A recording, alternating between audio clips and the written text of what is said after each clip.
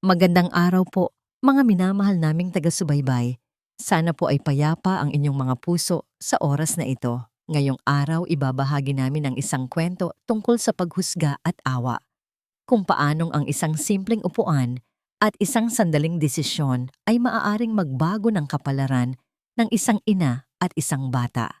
Minsan, ang taong minamaliit natin ang siyang may kakayahang magligtas ng buhay. Miss, pakitingnan na nga ulit ang tiket ng babaeng yan. Ang boses ay matalim, malamig, at puno ng awtoridad. Tila isang patalim na humiwa sa tahimik na hangin sa loob ng first-class cabin. Para kay Dr. Hiraya Alpas na nakaupo ng tuwid sa kanyang upuan sa 1A, ang mga salitang yun ay parang isang malakas na sampal sa kanyang mukha. Agad uminit ang kanyang mga pisngi. Mahigpit ang kapit niya sa luma at gastadong leather briefcase na nasa kanyang kandungan.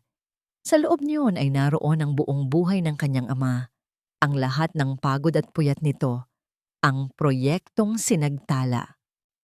Ang nag-iisang dahilan kung bakit siya narito, sa gitna ng mga lobong nakadamit tupa.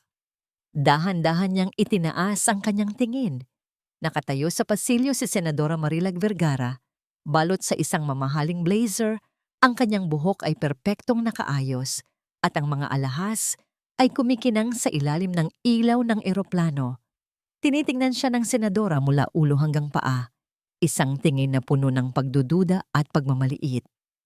Ang simpleng bestida ni Hiraya at ang kanyang pagod na muka ay tila isang kasalanan sa marangyang lugar na yon. Lumapit ang isang flight attendant. Baka sa mukha nito ang pag-aalangan. Yes po, Senadora? May problema po ba? Tingnan mo ang tiket niya. Utos ni Marilag. Ang daliri ay nakaturo kay Hiraya na parang isang basahan. Siguraduhin mong nasa tamang upuan siya. This is first class, hindi ba? Baka naligaw lang siya ng pasok. Ang mga salita ay kasing sakit ng lason. Ramdam ni Hiraya ang mga mata ng ibang pasahero na nakatuon sa kanya. Ang mga bulungan ay nagsimula, parang mga bubuyog na umuugong. Sino yan? Mukhang simple lang. Baka nanalo lang sa raffle. Look at her dress. Parang hindi bagay dito. Bawat salita ay isang karayom na tumutusok sa kanyang pagkatao. Nais niyang sumagot. Nais niyang isigaw na ang halaga niya ay hindi nasusukat sa kanyang kasuotan o sa kinang ng alahas. Nais niyang sabihin na ang laman ng utak niya at ang bigat ng misyon na dala niya ay higit pa sa lahat ng yaman nila. Ngunit naalala niya ang kanyang ama.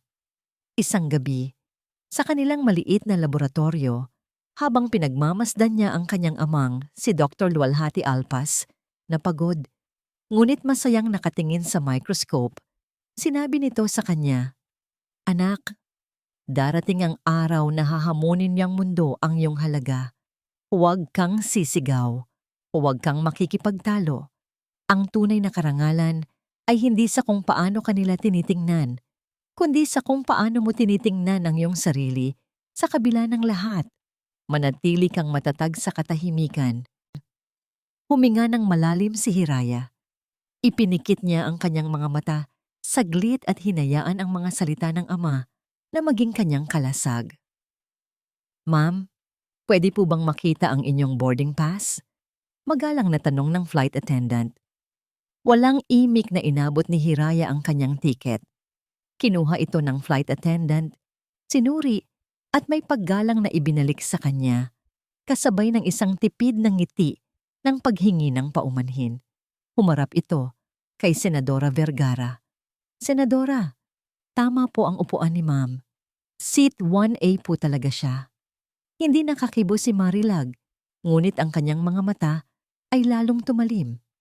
Tila hindi niya matanggap na ang isang tulad ni Hiraya ay may karapatang umupo sa parehong espasyo na kanyang ginagalawan. Walang salitang bumalik ito sa kanyang upuan sa kabilang hanay, ngunit ang bigat ng kanyang presensya ay nanatili sa hangin. Nagsimulang umandar ang eroplano. Habang paakyat ito sa himpapawid, tila kasabay nitong tinatangay ang lahat ng ingay sa paligid Ngunit hindi ang ingay sa loob ng isip ni Hiraya. Muli niyang hinaplos ang briefcase. Ito ang kanyang misyon. Ang pagpunta sa International Medical Conference sa Puerto Calinaw, ang huling barahan niya para mabigyan ng pondo at buhayin ang pananaliksik na ipinagkait sa kanyang ama. Hindi ito para sa kanya. Ito ay para kay Papa. Para sa daan-daang pasyenteng maaaring mailigtas ng proyektong sinagtala. Nang maging estable na ang lipad ng eroplano, sinubukan ni Hiraya na ituon ang kanyang pansin sa mga papeles para sa kanyang presentasyon. Binasa niya ang bawat salita, ngunit ang mga mapanghusgang tingin ay tila nakatatak pa rin sa kanyang balat. Pinilit niyang huwag pansinin. Kailangan niyang maging handa. Kailangan niyang maging perpekto. Ang mahinang ugong ng makina ng eroplano at ang paminsan-minsang pag-aalok ng inumin ng mga flight attendant ang tanging maririnig. Isang pekeng kapayapaan ang bumalot sa paligid. At bigla, sa gitna ng katahimikang yon, isang tunog ang pumunit dito. Isang ubo, mabilis, garalgal, at tila kinakapos. Sinundan pa ng isa at isa pa. Napalingon si Hiraya kasabay ng halos lahat ng pasahero sa direksyon kung saan nanggagaling ang tunog. Doon, sa upuang katapat lamang ng kay Senadora Vergara, nakaupo ang isang binatang lalaki. Namilipit ito sa upuan, ang isang kamay ay mahigpit na nakakapit sa kanyang dibdib. Ang kanyang mukha ay biglang namutla. Si Kael Vergara, ang nag-iisang anak ng senadora, ay hirap na hirap sa paghinga. Sa simula, ang ubo ay isang istorbo lamang para kay Senadora Marilag Vergara. Isang maliit na ingay na sumisira sa kanyang perpektong mundo sa himpapawid. Ngunit nang masundan pa ito ng isa at isa pa, mas malakas, mas desperado, naramdaman niya ang isang malamig na kaba na gumapang sa kanyang dibdib. Lumingon siya at ang mundo niya ay gumuho. Si Kael, ang kanyang nag-iisang anak, ang tagapagmana ng kanyang pangalan at kapangyarihan, nakapilipit ito sa upuan. Ang mukha ay kasing putla ng papel. Ang mga labi nito, na kanina lang ay may kulay pa, ay nagsisimulang mangitim. Ang bawat paghinga ay isang pakikipaglaban. Kael, ang boses na sanay mag-utos sa Senado, ang boses na kayang magpatahimik ng isang buong bulwagan, ay biglang naging isang basag na sigaw ng isang ina. Lumuhod siya sa pasilyo, sa harap ng kanyang anak. Hinawakan ang malamig nitong pisngi. Anak, anong nangyayari sa'yo? Kael, sumagot ka. Pero walang sagot. Tanging ang garalgal na tunog mula sa lalamunan ni Kael ang kanyang naririnig. Ang mga mata nito ay nanlalaki sa takot. Lahat ng postura, lahat ng awtoridad, lahat ng pagiging isang senadora ay naglaho na parang bula. Sa sandaling iyon, siya ay isang ina lamang na nakatingin sa bingit ng kamatayan ng kanyang anak. Tulong! Flight attendant! Sigaw niya, ang boses ay nanginginig sa takot. Tulungan ninyo ang anak ko. Gawin ninyo ang lahat. Dalawang flight attendant ang mabilis na lumapit, ngunit ang kanilang mga mukha ay puno rin ng pag-aalala at kawalang alam. Senadora, ano po ang nangyayari? Hindi ko alam, sagot ni Marilag. Ang luha ay nagsisimula nang mamuo sa kanyang mga mata. Doktor! May doktor ba dito? Tumawag kayo ng doktor. Ang kanyang sigaw ay umaling-aungaw sa buong cabin. Ang dating mga mapanghusgang mata na nakatingin kay Hiraya kanina ay ngayon ay nakatuon sa kanya, puno ng awa at pag-aalala. Ngunit walang silbi ang awa nila. Walang magagawa ang kanilang mga tingin. Ang kapangyarihan niya, ang impluwensya niya, ang yaman niya. Lahat ay walang kwenta sa taas ng 35,000 talampakan. Hindi niya kayang utusan ang sakit na lisanin ang katawan ng kanyang anak. Hindi niya kayang bilhin ang bawat hiningang ipinagkakait dito. Biglang bumukas ang intercom. Ang boses ng piloto ay kalmado, ngunit may diin. To all passengers, please remain calm. We have a medical emergency on board. We are currently in communication with ground medical services. However, due to our current location over the ocean, an immediate emergency landing is not possible. We will proceed to the nearest airport as fast as we can. Hindi posible. Ang mga salitang yon ay parang isang hatol. Bawat segundo ay mahalaga. Bawat minuto ay isang buhay. At sinasabi nilang hindi sila maaring bumaba. No! Sigaw ni Marilag sa kawalan. Gawan ninyo ng paraan. Hindi niyo ba ako kilala? Ako si Senadora Vergara. Ang anak ko ang nag-aagaw buhay. Pero ang hangin ay walang pakialam sa kanyang pangalan. Ang karagatan sa ibaba ay walang pakialam sa kanyang posisyon. Sa unang pagkakataon sa kanyang buhay, naramdaman ni Senadora Marilag Vergara ang absolutong kawalang kaya. Ang lahat ng kanyang pinaghirapan ay nawalan ng halaga. Dahil sa harap ng kamatayan, lahat ay pantay-pantay. Niyakap niya si Kael, na ngayon ay halos hindi na gumagalaw. Ang paghinga nito ay mahina na. Anak, lumaban ka. Huwag mo akong iwan. Pakiusap. Ang kanyang mga hikbi ay naging isang desperadong panalangin. Ang buong first-class cabin ay napuno ng tensyon at takot. Ang mga flight attendant ay nagkakagulo. Hindi alam ang gagawin. At sa gitna ng lahat ng kaguluhan, sa gitna ng kanyang nagwawalang sigaw, isang boses ang bumasag sa lahat. Isang boses na hindi malakas, ngunit buo at matatag. Senadora, ako po ay isang doktor. Baka po makatulong ako. Dahan-dahan, itinaas ni Marilag ang kanyang ulong puno ng luha. Ang kanyang paningin ay malabo. Sa pag-ikot niya, nakita niya ang isang babaeng nakatayo sa likuran niya. Ang babaeng nakasuot ng simpleng bestida. Ang babaeng may dalang lumang briefcase. Ang babaeng ilang minuto lang ang nakalipas ay kanyang hinusgahan at ipinahiya. Si Hiraya Alpas. Nakatitig ito sa kanya, hindi nang may paghihiganti, kundi nang may purong determinasyon at kahandaang tumulong. Natigilan si Marilag. Ang kanyang bibig ay bahagyang bumuka, ngunit walang salitang lumabas. Ang babaeng minamaliit niya kanina ay maaaring ang nag-iisang pag-asa niya ngayon. Walang pag-aalinlangan sa mga mata ni Hiraya. Ang babaeng hinusgahan kanina ay naglaho na. Ang humarap ngayon kay Senadora Vergara ay si Dr. Alpas, isang manggagamot na may sinumpaang tungkulin. Kailangan ko po ng espasyo. Mahinahon, ngunit may diin niyang sabi sa mga nakapaligid. Agad namang umurong ang mga tao. Lumuhod siya sa tabi ni Kael. Ang kanyang mga daliri ay mabilis na sinuri ang pulso nito sa leeg. Mahina, pero naroon pa. Pakikuha po ng medical kit, lalo na po ang oxygen tank at ang first aid pouch. Utos niya sa isang flight attendant na mabilis namang tumalima. Humarap siya kay Marilag na nakatingin lamang sa kanya, tulala at puno ng pag-asa. Senadora, may history po ba siya ng allergy? May iniinom po bang gamot? O anumang kondisyon sa puso? Umiling-iling si Marilag, pilit na inaalala. Wala siyang allergy na alam ko. Malusog siya. Dumating ang flight attendant, dala ang pulang medical kit. Mabilis itong binuksan ni Hiraya. Ang kanyang mga mata ay parang isang scanner. Hinahanap ang kailangan niya. Kinuha niya ang oxygen mask at maingat na inilagay sa mukha ni Kael.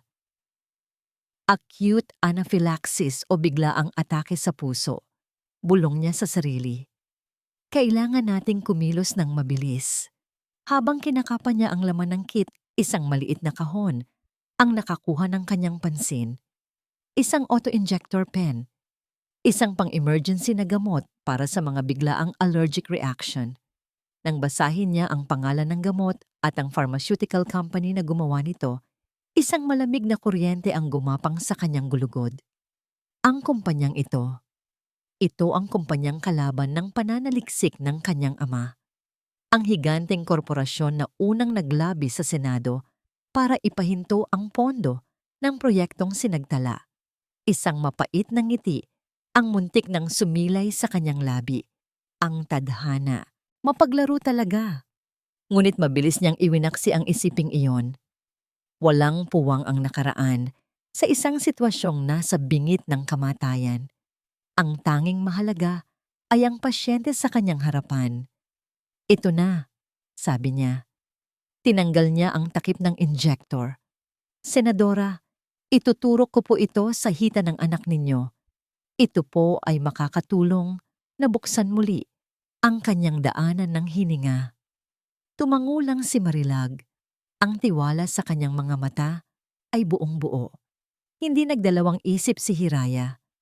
Sa isang mabilis at sanay na kilos, itinurok niya ang gamot.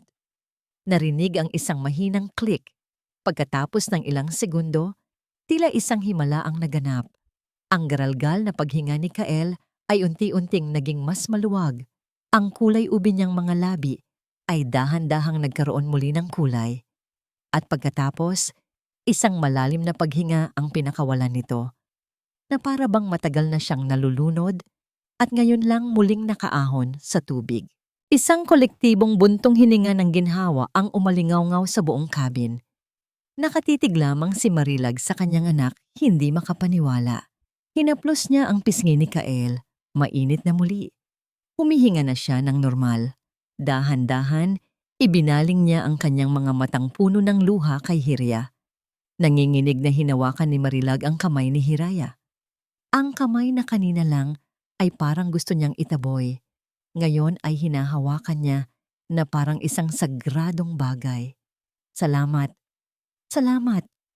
Paulit-ulit niyang sabi. Ang boses ay basag. Sinalba mo ang buhay ng anak ko. Hindi ko alam kung paano kita pasasalamatan. Tumayo si Hiraya. Tungkulin ko po, Senadora. Kailangan pa rin siyang madala sa ospital paglapag natin. Sino ka? Anong pangalan mo, Hija? Tanong ni Marilag.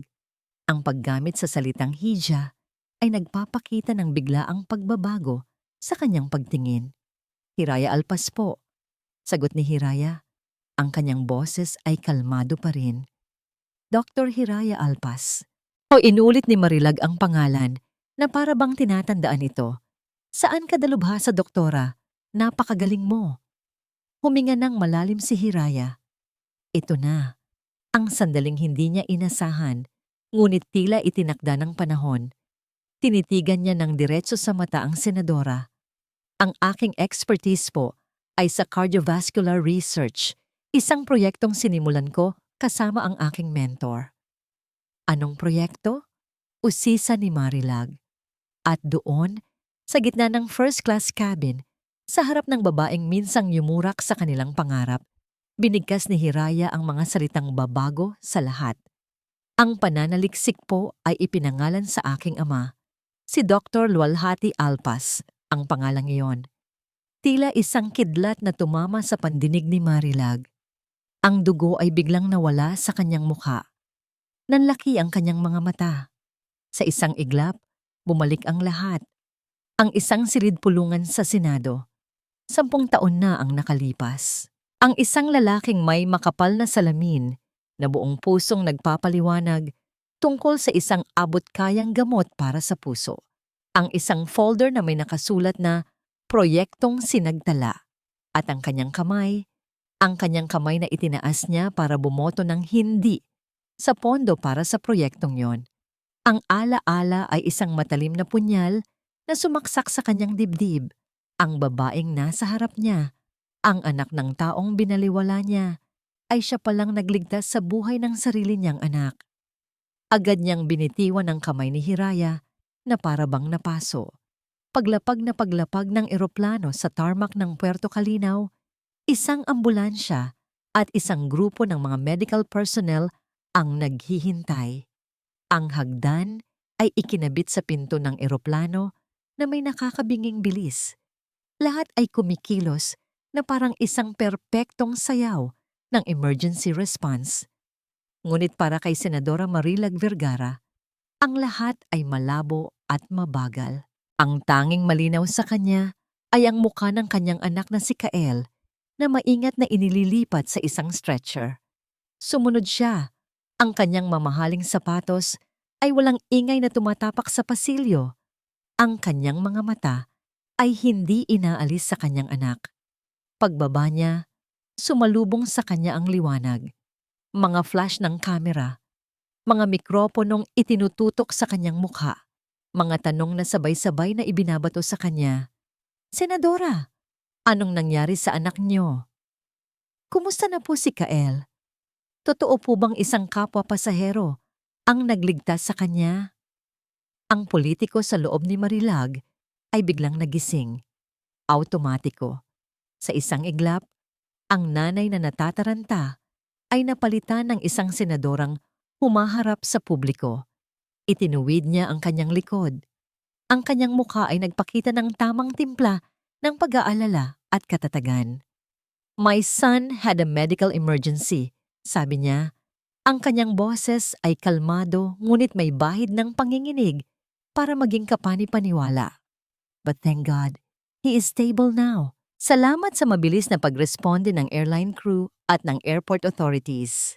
Isang reporter ang sumigaw, Senadora, may kumakalat na balita na isang doktor na kasabay ninyo sa flight ang nag-iisang tumulong sa kanya. Sino po siya? Hinanap ng mga mata ni Marilag si Hiraya. Nakita niya itong tahimik na bumababa sa hagdan. Yakap pa rin ang kanyang lumang briefcase, pilit na umiiwas sa kaguluhan. Tila mas gugustuhin pa nitong maging invisible.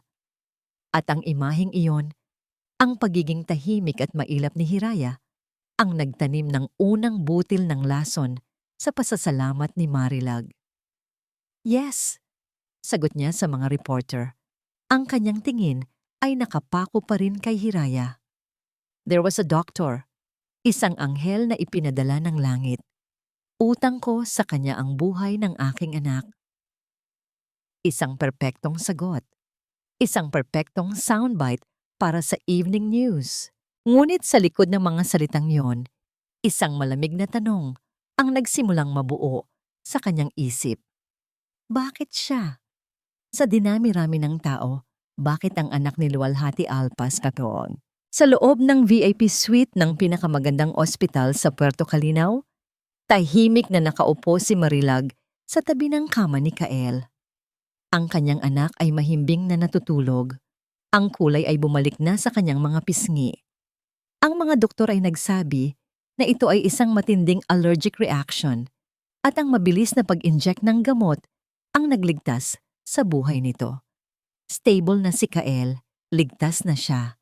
Dapat ay panatag na ang loob ni Marilag, ngunit hindi. Ang pangalang Luwalhati Alpas ay paulit-ulit na umuugong sa kanyang isipan, parang isang sirang plaka. Hindi ito maaring maging isang simpleng pagkakataon.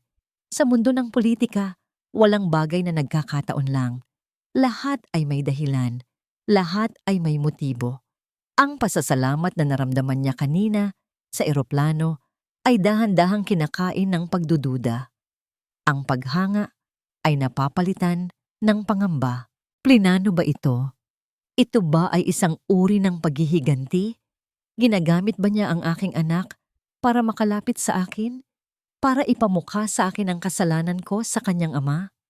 Tumayo siya at lumakad palapit sa bintana. Tinitingnan ang abalang syudad sa ibaba. Ang isip niya ay naglalakbay pabalik sa nakaraan. Ang proyektong sinagtala.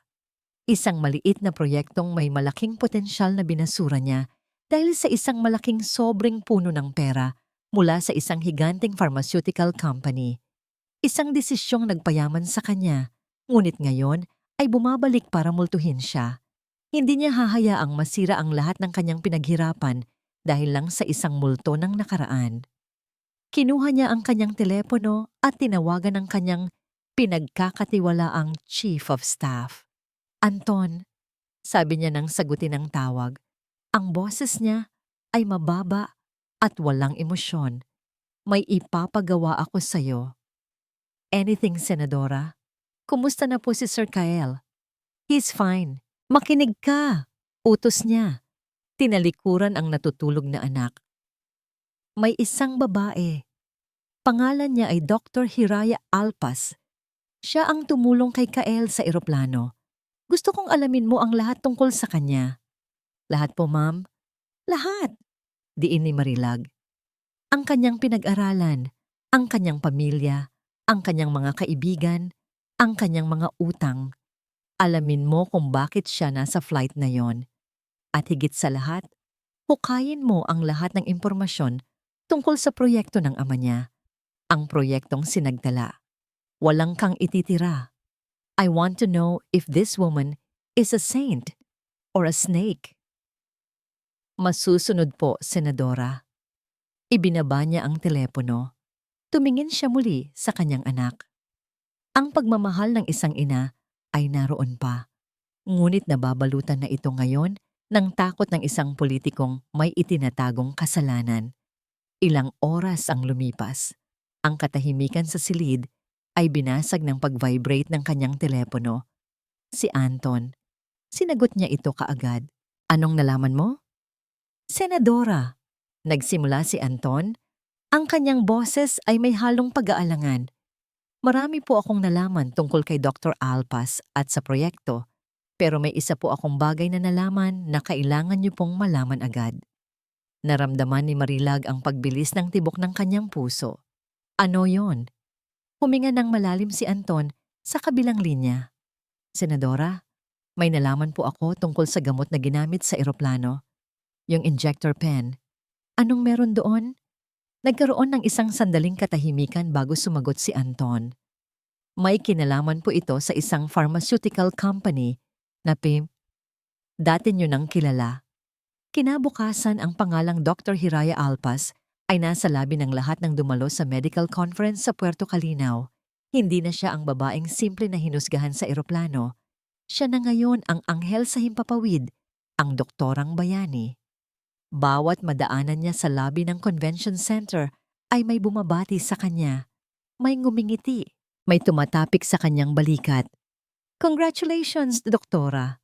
You're a hero. Ngunit para kay Hiraya, ang mga papuring iyon ay parang mga damit na hindi kasya sa kanya. Hindi siya komportable. Hindi siya bayani. Isa lamang siyang anak na may dalang misyon. Ang atensyon ay isang nakakasilaw na ilaw na iniiwasan niya dahil ang tanging liwanag na gusto niyang makita ng lahat ay ang liwanag mula sa proyektong sinagdala. Nang hapon na yon, oras na para sa kanyang presentasyon. Habang paakyat siya sa entablado, ramdam niya ang panlalamig ng kanyang mga kamay at ang bahagyang panginginig ng kanyang mga tuhod. Ang bulwagan ay puno. Daan-daang pares ng mata ang nakatutok sa kanya. Mga doktor, mga siyentipiko, mga posibleng investor. Ang kinabukasan ng proyekto ng kanyang ama ay nakasalalay sa susunod na 30 minuto. Huminga siya ng malalim.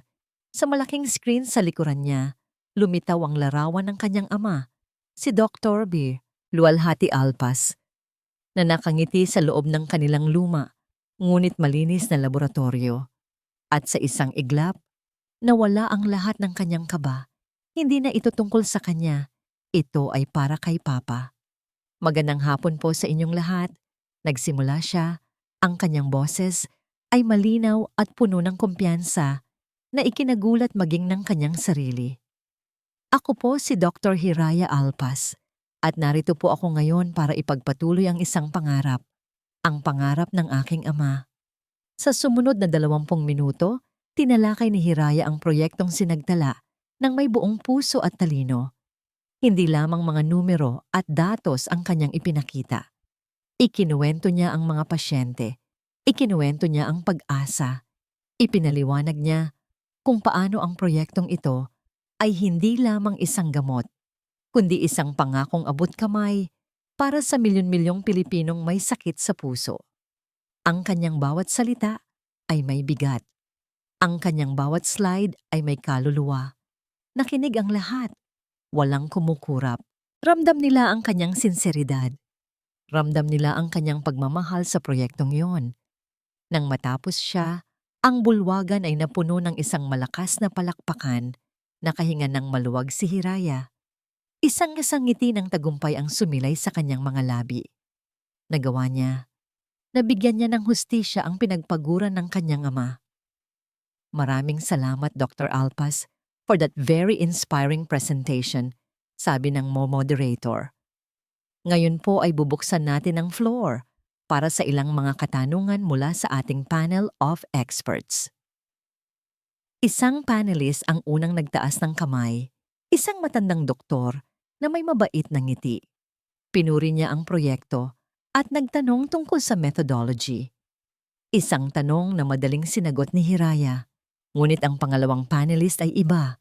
Isang lalaking nasa middle age, nakasuot ng mamahaling suit, ang kanyang mga mata ay matalim at mapanuri.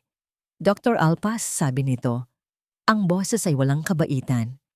Maganda ang inyong presentasyon, puno ng puso. Ngunit ang medisina ay hindi lamang tungkol sa puso. Ito ay isang negosyo. How do you plan to compete with established drugs in the market? Tiningnan niyo ba ang cost-effectiveness ng inyong proposed medication laban sa mga produkto ng malalaking pharmaceutical companies? Natigilan si Hiraya. Ang tanong ay lehitimo, ngunit ang paraan ng pagkakabato nito ay tila isang atake. Hindi ito tanong ng isang sayentipiko, kundi tanong ng isang abogadong naghahanap ng butas. Opo, sir. Magalang niyang sagot. Sa katunayan, base sa aming projections, ang gamot mula sa proyektong sinagdala ay magiging 30% mas mura kumpara sa mga nangungunang gamot sa merkado ngayon nang hindi isinasakripisyo ang kalidad at bisa nito. Projections, ulit ng lalaki na may halong pang-aalipusta. Madaling gumawa ng projections sa papel, pero ang katotohanan sa merkado ay iba. Hindi kaya ang proyektong ito ay masyadong idealistiko at kulang sa practical application? Sunod-sunod ang kanyang mga tanong. Lahat ay idinisenyo para ipamukha na ang proyekto ay depektibo, hindi praktikal, at isang malaking sugal. Nagsimulang maramdaman ni Hiraya na may mali. May isang puwersang hindi niya nakikita na kumikilos laban sa kanya. Ang mga tanong ay masyadong specific, masyadong nakatuon sa aspetong pinansyal at politikal na para bang may nag-utos dito na sirain ang kanyang kredibilidad. Nagawa pa rin niyang sagutin ang lahat ng may dignidad, ngunit pagbaba niya sa entablado, ang tamis ng tagumpay kanina ay napalitan na ng pait ng pangamba. Habang naglalakad siya pabalik sa kanyang upuan, isang lalaki ang humarang sa kanya. Mas matanda ito marahil nasa mga 60 anyos, may suot na makapal na salamin at may hawak na maliit na recorder. Dr. Alpas? Opo? Ako si Ben Cervantes, isang journalist. Inilahad nito ang kamay. Huwag kang mag-alala. Hindi ako magtatanong tungkol sa nangyari sa eroplano. Mas interesado ako sa kasaysayan. Napakunot ang noo ni Hiraya. Kasaysayan po? Tumango ang lalaki. Ang kanyang mga mata ay seryoso. Tumingin ito sa paligid para siguraduhing walang ibang nakakarinig. Kinover ko ang mga budget hearing sa Senado. 10 taon na ang nakalipas, mahinang sabi nito. Naaalala ko ang ama mo, naaalala ko ang proyektong sinagdala, at naaalala ko rin kung sino ang nanguna sa pagbasura nito. Nanigas si Hiraya sa kanyang kinatatayuan. Dr. Alpas? Tanong ng mamamahayag. Ang kanyang boses ay direkta. Totoo po bang tinanggihan ni Senadora Vergara ang pondo para sa proyektong sinagdala 10 taon na ang nakalipas? Ang VIP suite ng hotel ay parang isang hawlang ginto para kay Senadora Marilag Vergara. Nagpabalik-balik siya sa paglalakad sa malambot na carpet. Ang bawat hakbang ay puno ng hindi mapakaling enerhiya. Hinihintay niya ang buong ulat mula kay Anton. Hinihintay niya ang bisturi na magbubukas sa katotohanan. Nang sa wakas ay tumunog ang kanyang telepono, sinagot niya ito, bago pa man ito makatapos sa unang ring. Anton, sabihin mo na sa akin. Walang pagbati, walang paligoy-ligoy. Senadora. Narinig niya ang pag-aalinlangan sa boses ng kanyang chief of staff. Kinumpirma ko po lahat. 10 taon na ang nakalipas. Sa isang budget deliberation, kayo po ang nag-sponsor ng motion para tanggalin ang funding sa proyektong sinagtala ni Dr. Lualhati Alpas. Kinagat ni Marilag ang kanyang labi. Iyon ay alam na niya. And ang dahilan na nakatala sa records ay lack of immediate profitability. Pero may nakalap po akong impormasyon. Yung taon din pong yon, nakatanggap po ang isa sa inyong mga foundation ng isang malaking unofficial donation mula sa isang kumpanya. Naramdaman ni Marilag ang panunuyo ng kanyang lalamunan. Anong kumpanya? Nagkaroon ng isang mabigat na katahimikan. Stellaron Pharmaceuticals po, Senadora. Ang pangalan ay tumama sa kanya na parang malakas na sampal. Stellaron. Ang pinakamalaking kalaban ng proyekto ni Alpas. Ang kumpanyang nagbigay sa kanya ng unang milyon niya sa ilalim ng mesa. Napasandal si Marilag sa pader. Ang kanyang paghinga ay bumigat. Ngunit bago pa man niya maproseso ang lahat, nagpatuloy si Anton. At ang kanyang susunod na mga salita ang tuluyang gumawa sa sahig na kinatatayuan ni Marilag. Senadora, may isa pa po. Halos pabulong na, sabi ni Anton. Ang emergency injector pen na ginamit ni Dr. Alpas para iligtas si Sir Kael. Kinumpirma ko po sa batch number at sa mga supplier ng airline. Natahimik si Anton na para bang nahihirapan siyang bigkasin ang mga susunod na salita. Ano yon, Anton? Sabihin mo na, sigaw ni Marilag. Senadora, ang gamot na yon. Gawa po yon ng Stellaron Pharmaceuticals. Katahimikan. Isang nakabibinging katahimikan. Ang telepono ay dumulas mula sa nanginginig na kamay ni Marilag. Bumagsak ito sa makapal na karpet ng walang tunog. Ang kanyang mga mata ay nanlalaki, nakatitig sa kawalan. Ang silid ay nagsimulang umikot. Hindi maaari. Ang gamot na nagligtas sa buhay ng kanyang anak ay produkto ng kumpanyang binayaran niya para patayin ang pananaliksik ng ama ng babaeng gumamit ng gamot na yon. Ang kabalintunaan ay napakasakit, napakabrutal, na halos gusto niyang tumawa na parang isang baliw. Ito ay isang perpektong bitag, isang perpektong biro ng tadhana. Ang perang tinanggap niya para sa kanyang kasakiman ay siya ring perang bumuhay sa produkto na nagligtas sa kanyang anak, sa kamay ng nag-iisang taong may karapatang magalit sa kanya sa buong mundo. At sa gitna ng pag-ikot ng kanyang mundo, isang malamig at nakakatakot na kaisipan ang biglang pumasok sa kanyang isip na para bang isang ahas na gumapang sa kanyang utak. Paano kung hindi ito isang pagkakataon? Bigla niyang naalala ang mukha ni Hiraya Alpas, ang kalmadong mukha, ang mga matang hindi nagpakita ng galit, kundi ng purong profesionalismo. Masyadong perpekto, masyadong kalmado. Alam niya, ang kaisipang iyon ay sumabog sa kanyang isip na parang isang bomba. Alam niyang galing sa Stellaron ang gamot. Alam niya ang koneksyon ko, ang buong pangyayari sa eroplano. Hindi iyon isang aksidente. Iyon ay isang pagtatanghal. Ang pasasalamat sa kanyang puso ay biglang naging abo.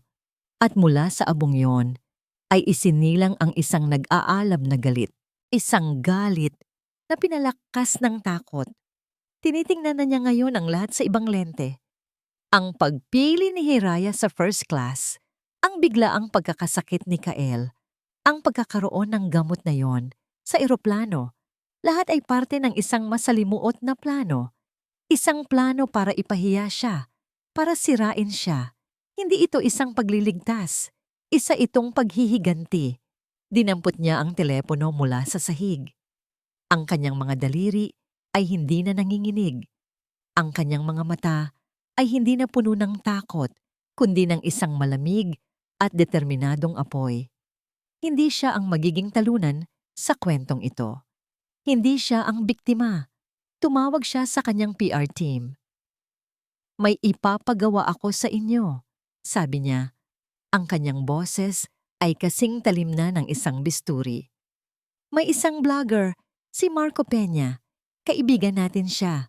Bigyan niyo siya ng isang kwento. Ano pong kwento, Senadora? Isang masamang ngiti ang gumuhit sa labi ni Marilag. Isang kwento tungkol sa isang desperadong doktor na walang lisensya sa Pilipinas. Isang doktor na nagsagawa ng isang mapanganib na medical experiment sa isang eroplano gamit ang isang hindi aprobadong pamamaraan na naglagay sa panganib sa buhay ng anak ng isang senador para lang sumikat. Senadora, pero gawin niyo na, putol niya. Wasakin niyo ang pangalan niya. Ibinaba niya ang tawag. Tumingin siya sa salamin. Ang babaeng nakatingin pabalik ay hindi na ang inang nag-aalala. Ito na ang senadorang sanay lumaban.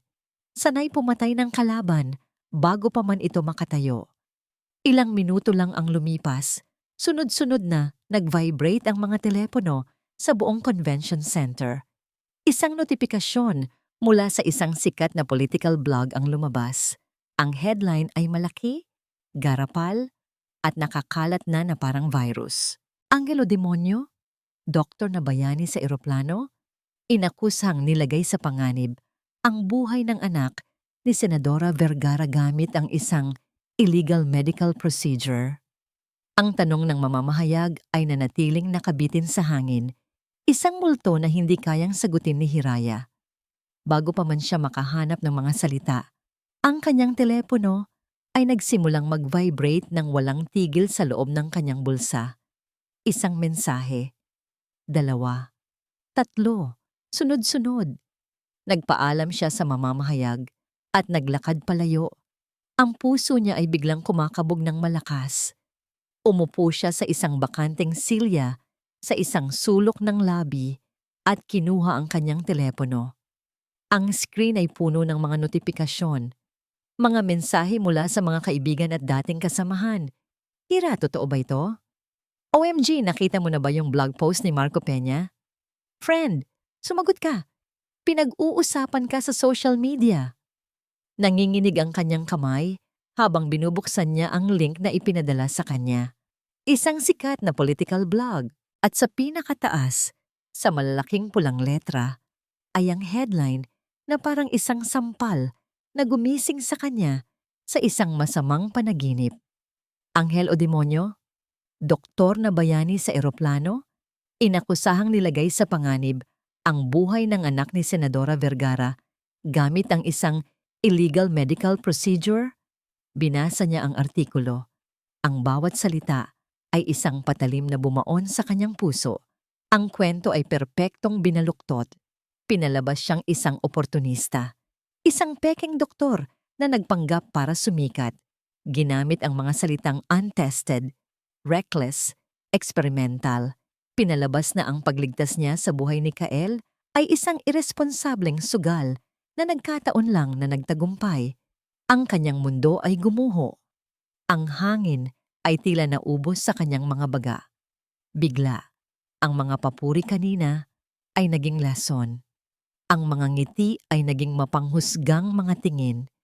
Nang mag-angat siya ng tingin mula sa kanyang telepono, naramdaman niya ito. Ang mga taong kanina lang ay bumabati sa kanya, ay ngayon ay umiiwas ng tingin. Ang mga bulungan ay bumalik, ngunit ngayon ay mas masakit, mas mapanira. Hindi na siya isang bayani, isa na siyang kontrabida. Tumayo siya, nais na lamang niyang tumakbo at magtago. Habang mabilis siyang naglalakad pabalik sa kanyang silid, isang lalaking nakasuit ang humarang sa kanya. Ito ay si Mr. Tan, ang investor na nakausap niya kagabi, ang pinakamalaking pag-asa niya para sa pondo. Dr. Alpas, sabi nito, ang boses ay malamig at formal, walang bakas ng paghanga na naroon kagabi. Mr. Tan, magandang hapon po, pilit na sabi ni Hiraya. I'm sorry, doktora, diretsong sabi nito. But I have to cancel our meeting tomorrow. My partners and I have decided it's too much of a reputational risk for us to be associated with your project at this time. Hindi na nito hinintay ang kanyang sagot. Tinalikuran siya nito at naglakad palayo. Bawat hakbang palayo ni Mr. Tan ay parang isang pako na ipinupukpok sa kabaong ng proyektong sinagtala. Nakarating si Hiraya sa kanyang silid sa hotel na parang isang zombie. Isinara niya ang pinto at sumandal dito Hinahabol ang kanyang hininga. Ang katahimikan ng silid ay mas nakakabingi kaysa sa ingay sa labas. Dito, wala siyang takas mula sa kanyang mga iniisip. Bakit? Anong ginawa kong mali? Ang kampanya para sirain siya ay napakabilis, napakaorganisado. Alam niyang iisa lang ang taong may kapangyarihan at motibong gawin ito, si Senadora Marilag Vergara, ang babaeng hinawakan ang kanyang kamay, ang inang umiiyak na nagpasalamat sa kanya. Ang parehong tao na ngayon ay sinisiguradong hindi na siya muling makakabangon. Napaupo siya sa gilid ng kama. Kinuha niya ang kanyang luma at gastadong briefcase. Mula sa loob, kinuha niya ang isang litrato. Ang kanyang ama, nakangiti, yakap-yakap siya noong araw ng kanyang pagtatapos sa medisina. "Papa!" Bulong niya. Ang kanyang boses ay basag. Nagsimulang mamasa ang kanyang mga mata. Anong gagawin ko? Doon, sa kalungkutan ng kanyang silid, bumuhos ang lahat ng kanyang pinigil na emosyon. Ang sakit ng panghuhusga, ang pait ng pagtataksil, ang bigat ng kabiguan. Umiyak siya. Hindi isang tahimik na pag-iyak, kundi isang hagulgol na puno ng sakit at kawalang pag-asa. Niyakap niya ang litrato ng kanyang ama. "Patawad pa. Sinubukan ko. Pero natalo ako. Sinira nila tayo. Sinira nila ang pangarap mo." Pakiramdam niya ay nabigo niya ang nag-iisang taong pinakamahalaga sa kanya. Ang diwa ng proyektong sinagtala na kanina lang ay nagniningning-ngong ng buong pag-asa ay ngayon ay nababalot ng isang hindi malabanang dilim. Sa gitna ng kanyang pag-iyak, isang tunog ang bumasag sa katahimikan ng silid. Tok, tok, tok.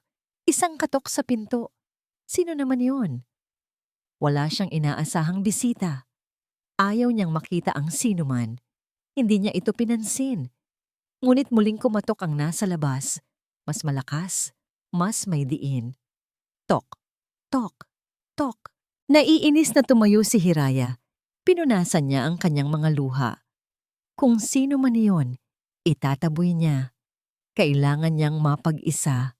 Binuksan niya ang pinto nang may bahagyang puwersa, handang magsalita. Ngunit natigilan siya. Nakatayo sa harap niya ang huling taong inaasahan niyang makita sa buong mundo. Si Kael Vergara. Hindi na siya ang pasyenteng walang malay sa eroplano.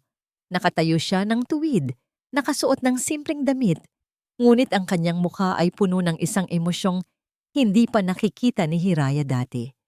Isang pinaghalong determinasyon at malalim na pagkakasala. Tinitigan siya nito ng diretso sa mata. "Dr. Alpas," sabi ni Kael, ang kanyang boses ay seryoso at puno ng bigat. "Kailangan po nating mag-usap." Nakatayo si Kael Vergara sa harap ng pinto. Ang kanyang puso ay dumadagundong sa kanyang dibdib. Sa likod ng pintong yon ay ang babaeng nagligtas sa kanyang buhay. At sa likod niya ay ang anino ng kanyang ina. Isang anino na handa niyang talikuran. Nang magising siya sa ospital, ang una niyang narinig ay mga papuri para sa doktorang bayani. Ngunit sa mga sumunod na oras, narinig din niya ang mga pabulong na pag-uusap ng mga staff ng kanyang ina. Narinig niya ang pangalang Alpas. At nang mag-isa na siya, ginawa niya ang hindi inaasahan ng kanyang ina na gagawin niya. Nag-research siya. Sinimulan niya sa pangalan, Dr. Hiraya Alpa. Pagkatapos, Dr. Luwalhati Alpa. At doon, sa mga lumang artikulo at mga journal na nakatago sa internet, unti-unti niyang pinagtagpi-tagpi ang kwento. Isang kwento ng isang brilyanteng proyekto at isang kwento ng isang politikong humarang dito. Ang pangalan ng politikong yon, Senadora Marilag Vergara. At kanina lang, nakita niya ang bagong artikulo, ang lason na ikinalat ng sarili niyang ina para sirain ang babaeng nagligtas sa kanya. Sa sandaling iyon, ang lahat ng paghanga at respeto niya sa kanyang ina ay gumuho. Napalitan ito ng isang malalim na kahihiyan. Kaya narito siya ngayon, handa nang gawin ang tama. Kahit pa ang kapalit nito ay ang pagsunog sa tulay na nag-uugnay sa kanyang pamilya. Nang bumukas ang pinto at bumungad sa kanya ang pagod at namumugtong mga mata ni Hiraya, isang kirot ang kanyang naramdaman. Ito ang resulta ng kasakiman ng kanyang pamilya. Dr. Alpa, sabi niya, kailangan po nating mag-usap. Tinitigan siya ni Hiraya. Ang mga mata ay puno ng pagod at pagdududa. Tungkol saan?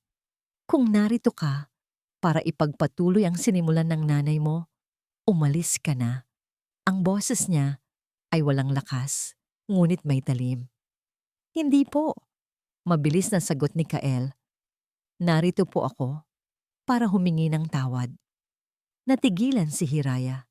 Pinapasok niya si Kael sa silid, ngunit nanatili siyang nakatayo malapit sa pinto, handang itaboy ito anumang oras. Tawad para saan? Para sa lahat, sabi ni Kael. Ang kahihiyan ay bakas sa kanyang bawat salita.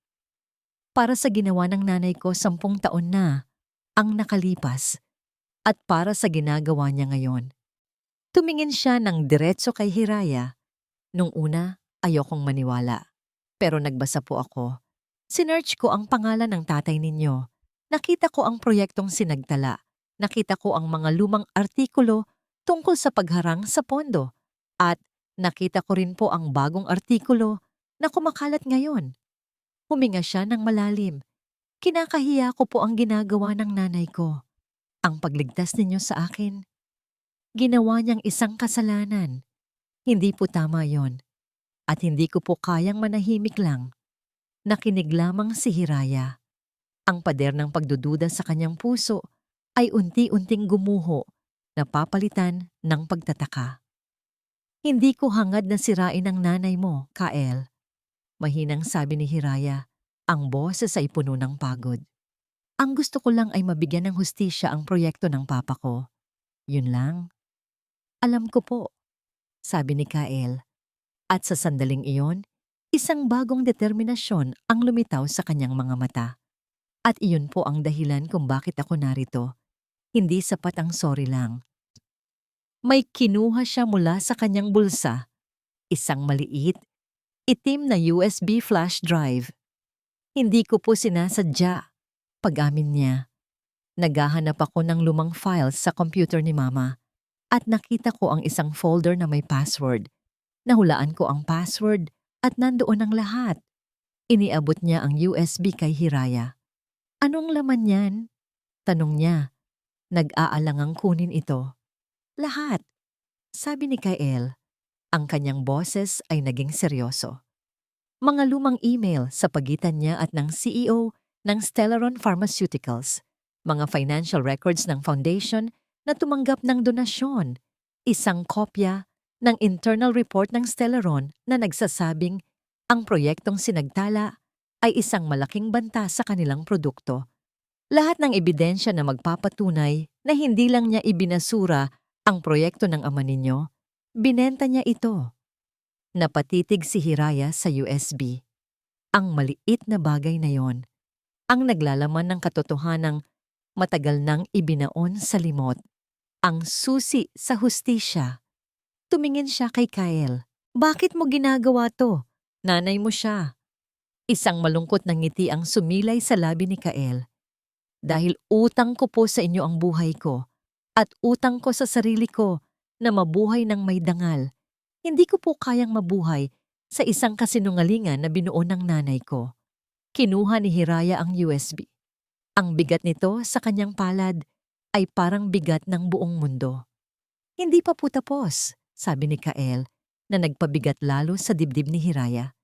Nakausap ko na po yung journalist na kumausap sa inyo kanina, si Ben Cervantes. Pinagkakatiwalaan po siya. Nanlaki ang mga mata ni Hiraya. Anong ginawa mo? Tumingin si Kael sa relo. Ang kanyang muka ay naging determinadong muli. Nasa press conference siya bukas para linisin ang pangalan niya at tuluyan kang idiin. Huminto siya saglit. Tinitigan si Hiraya ng may kahulugan. Iyon na rin ang magiging araw ng paghuhukom. Ang conference hall ay puno ng mga mamamahayag. Ang bawat isa ay may dalang camera, recorder o laptop, handang isulat ang bawat salitang bibitawan niya. Ang mga ilaw ay nakakasilaw, ngunit para kay Senadora Marilag Vergara, ang mga ito ay parang mga spotlight sa isang entablado na siya ang nag-iisang bida. Inayos niya ang mga papeles sa kanyang harapan, hindi dahil kailangan niya ito, kundi para ipakita ang kanyang kontrol. Kalmado siya, determinado. Ang takot na naramdaman niya sa mga nakalipas na araw ay napalitan na ng isang malamig na galit.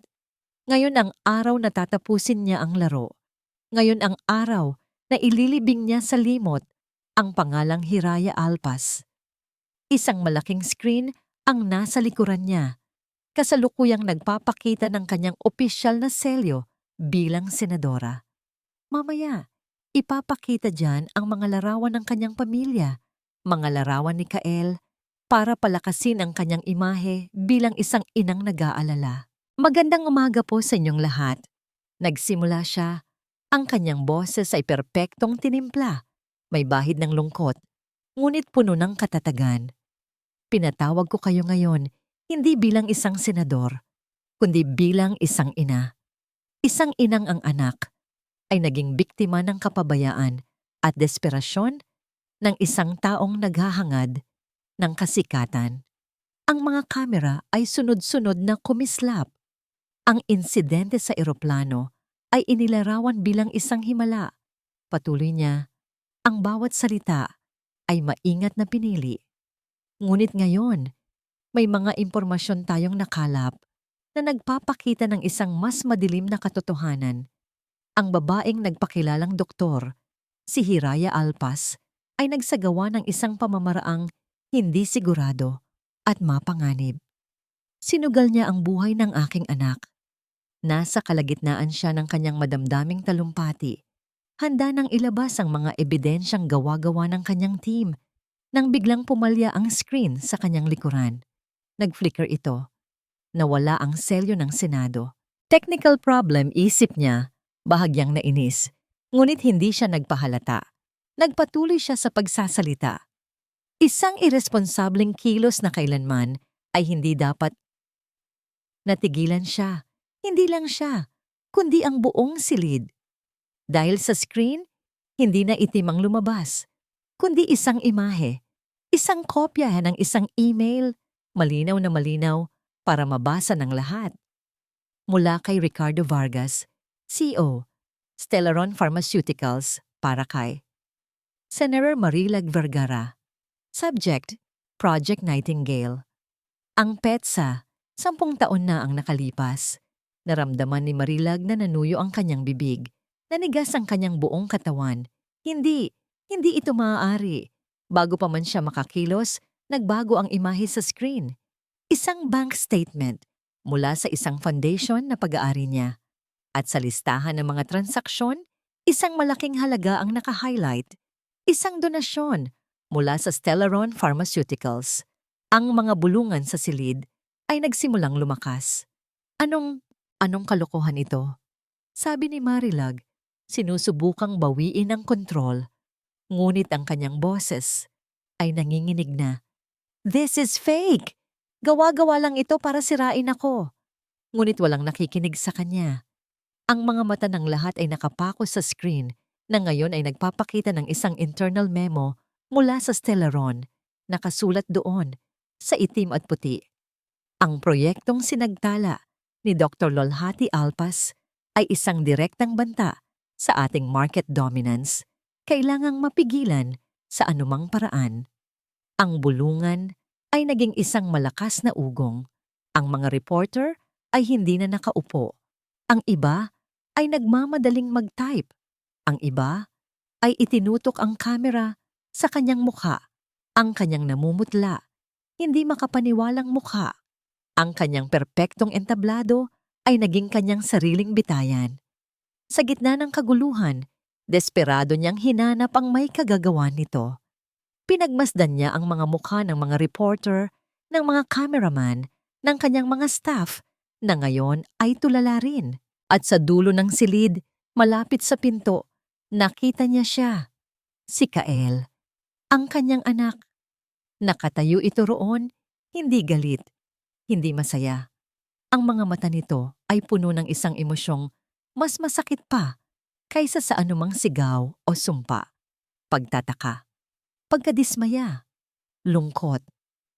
Ang mga mata ng kanyang anak ang nagsasabi sa kanya na tapos na ang lahat. Sa isang iglap, hindi na mahalaga ang mga kamera, hindi na mahalaga ang iskandalo. Ang tanging nakikita niya ay ang pagguho ng respeto ng kanyang anak para sa kanya. Ang tulay sa pagitan nilang dalawa ay nasusunog at siya mismo ang may sindi ng apoy. Ang ingay ng mga reporter ay unti-unting humina sa kanyang pandinig. Ang mga flash ng kamera ay naging malabong mga ilaw.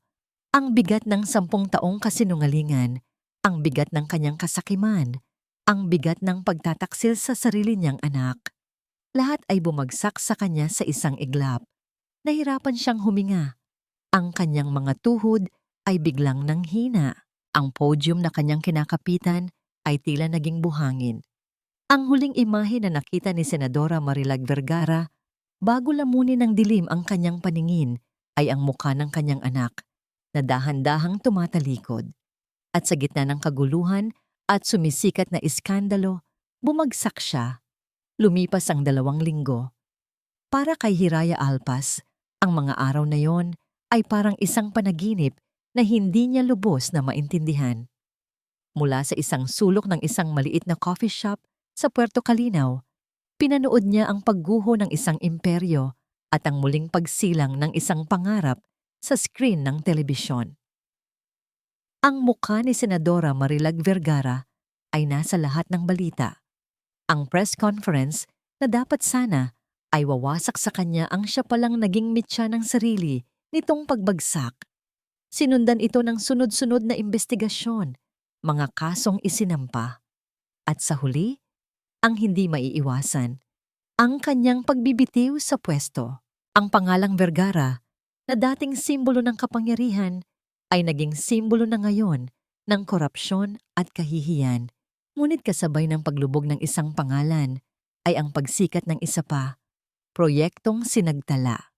Bigla, ang proyektong 10 taong ibinaon sa limot ay naging bukambibig ng buong bansa. Naging simbolo ito ng pag-asa.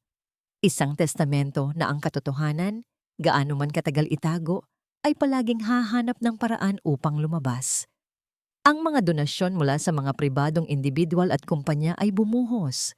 Ang Kongreso ay nagpasa ng isang resolusyon para bigyan ito ng kaukulang pondo. Ang hustisya para kay Dr. Luwalhati Alpas ay dumating, hindi sa paraan ng paghihiganti, kundi sa paraan ng pagkilala. Isang hapon, habang nag-iimpake na si Hiraya ng kanyang mga gamit sa hotel, tumunog ang kanyang telepono. Isang numero na hindi pamilyar. Hello? Dr. Hiraya Alpas speaking. Good afternoon, Dr. Alpas. Sabi ng isang magalang na boses sa kabilang linya. Ako po si Dr. Manuel Quezon mula sa Department of Health. Tumatawag po ako bilang kinatawan ng isang consortium ng mga pribadong ospital at ng gobyerno. Napatigil sa pag-aayos ng gamit si Hiraya. Ano po ang maipaglilingkod ko sa inyo? Doktora, dahil sa mga kamakailang pangyayari, isang malaking pondo ang nalikom para sa proyektong sinagtala. Napagkasunduan ng lahat na hindi lamang ito basta popondohan. Itatayo po natin ito bilang isang bagong institusyon, isang state-of-the-art na research facility. Naramdaman ni Hiraya ang pagbilis ng tibok ng kanyang puso. Nagpatuloy ang lalaki. Ang board ay nagkakaisang nagpasya. Dr. Alpas, inaalok po namin sa inyo ang posisyon bilang head director ng itatayong institusyon. May humintong sandali bago idinugtong ng lalaki ang mga salitang tuluyang nagpaiyak kay Hiraya. Ang pangalan po ng institute ay Luwalhati Alpas Medical Research Institute. Hindi napigilan ni Hiraya ang paghikbi. Hindi ito hikbi ng lungkot, kundi ng isang napakalalim na galak. Ang pangalan ng kanyang ama, ang kanyang pamana. Mabubuhay ito Magbibigay ito ng pag-asa.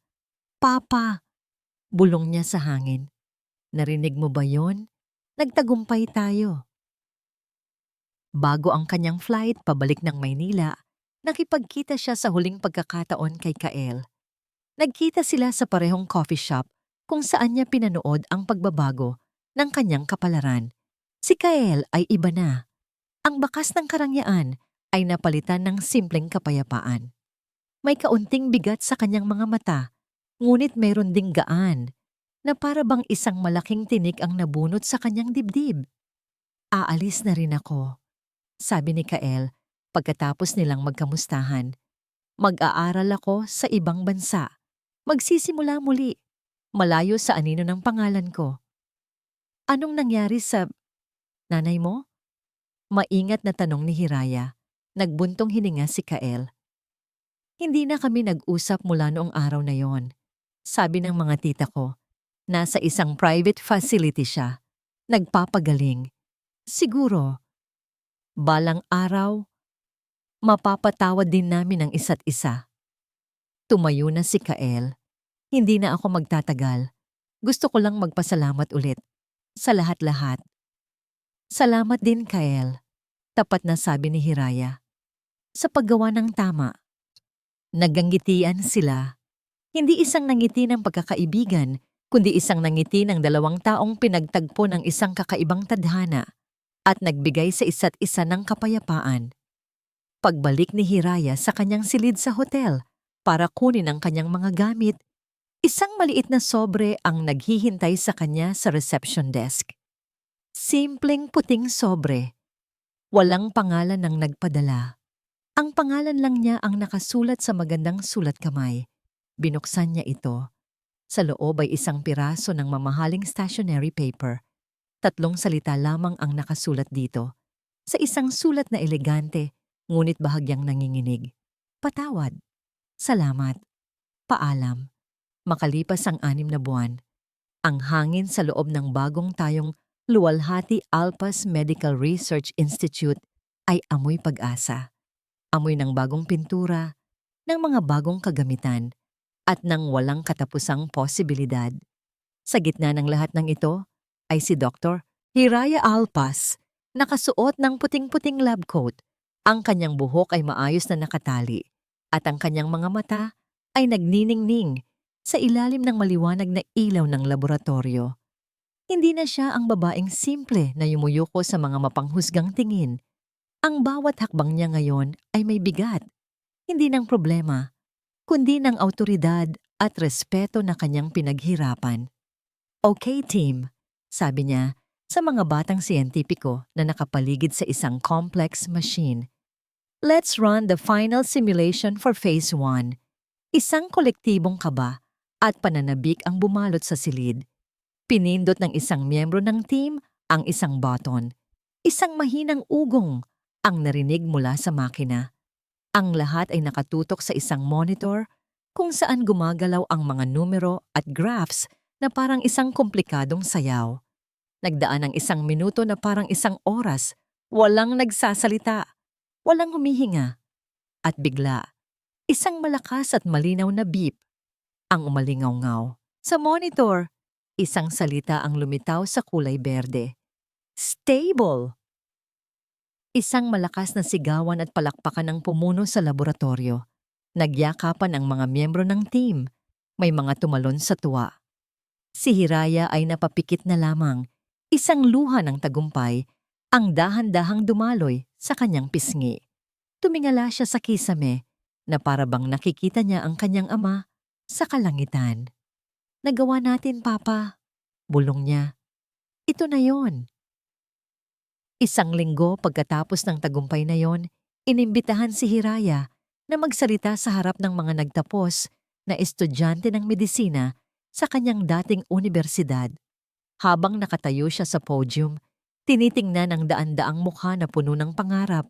Nakita niya ang kanyang sarili. Marami ang magsasabi sa inyo na ang mundo ng siyensya ay malamig at walang puso. Nagsimula siya. Ang kanyang boses ay kalmado, ngunit puno ng init. Sasabihin nilang ito ay tungkol sa datos, sa pondo, sa kompetisyon. Ngunit huwag ninyong kakalimutan ang itinuro sa akin ng aking ama. Ang tunay na siyensya ay may puso. Ang bawat research na gagawin ninyo, ang bawat pasyenteng gagamutin ninyo, ay isang kwento. Darating ang panahon na susubukin ang inyong integridad. Darating ang panahon na sasabihin ng mundo na manahimik na lang kayo. Ngunit pakiusap, huwag kayong matakot. Magkaroon ng isang tahimik na boses. Dahil kung minsan, ang boses na hindi sumisigaw, ang boses na naninindigan sa katotohanan at kabutihan, ang siyang pinakamalakas sa lahat. Pag-uwi niya sa kanyang simpleng apartment ng gabing iyon, kinuha niya ang isang maliit na kahon, ang kahon ng mga alaala ng kanyang ama. Doon, kinuha niya ang sobrang walang pangalan na natanggap niya sa Puerto Calinaw. Binasa niya muli ang tatlong salita: patawad, salamat, paalam. Hindi na siya nakaramdam ng galit, hindi na siya nakaramdam ng sakit. Ang tanging naramdaman niya ay kapayapaan. Dahan-dahan, inilagay niya ang sulat sa loob ng kahon, sa tabi ng mga lumang litrato ng kanyang ama. Isinara niya ito, isang simbolo ng pagsasara sa isang kabanata ng kanyang buhay na puno ng dilim, para harapin ang isang kinabukasang puno ng liwanag. Kinabukasan, maaga siyang pumasok sa instituto. Tumayo siya sa labas ng gusali, sa ilalim ng umagang araw. Tumingala siya sa malaking pangalan na nakaukit sa harapan nito: Lualhati Alpas Medical Research Institute. Dati, ang pangalang yon ay isang anino na kailangan niyang punan, isang pamana na mabigat niyang pasan-pasan. Ngunit ngayon, habang nakatayo siya roon, isang ngiti ang sumilay sa kanyang mga labi. Hindi na siya ang anino ng kanyang ama. Siya na ang pamana, ang babaeng may sariling liwanag. At dito po nagtatapos ang kwento ni Dr. Hiraya Alpas. Isang paglalakbay na nagturo sa atin na ang tunay na lakas ay hindi nasusukat sa lakas ng sigaw, kundi sa tibay ng paninindigan sa gitna ng katahimikan. Na ang hustisya ay hindi laging nakakamit sa paghihiganti, kundi sa pagpapatuloy na gumawa ng tama, hanggang sa ang kabutihan na mismo ang magliwanag. Taos puso po kaming nagpapasalamat sa inyong walang sawang pagsubaybay sa bawat kabanata ng kwentong ito.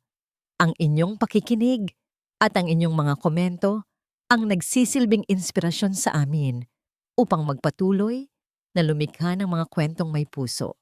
Nais ko pong marinig ang inyong saloobin. Anong aral ang pinakapumatak sa inyo mula sa kwento ni Hiraya at Senadora Vergara? I-comment nyo lang po sa ibaba at sabay-sabay nating pag-usapan.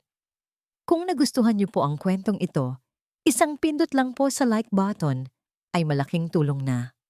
Huwag na rin pong kalimutang i-share ang kwentong ito sa inyong mga kaibigan at kapamilya. At kung bago po kayo sa aming channel, mangyari po lamang na mag-subscribe at i-click ang notification bell para lagi po kayong updated sa aming mga susunod na kwento. Muli, ako po ang inyong lingkod, nag-iiwan ng isang paalala. Ang bawat puso ay may sariling kwento, at ang bawat kwento ay may aral na naghihintay. Pagpalain po kayo ng Panginoon, kayo at ang inyong buong pamilya. Hanggang sa muli.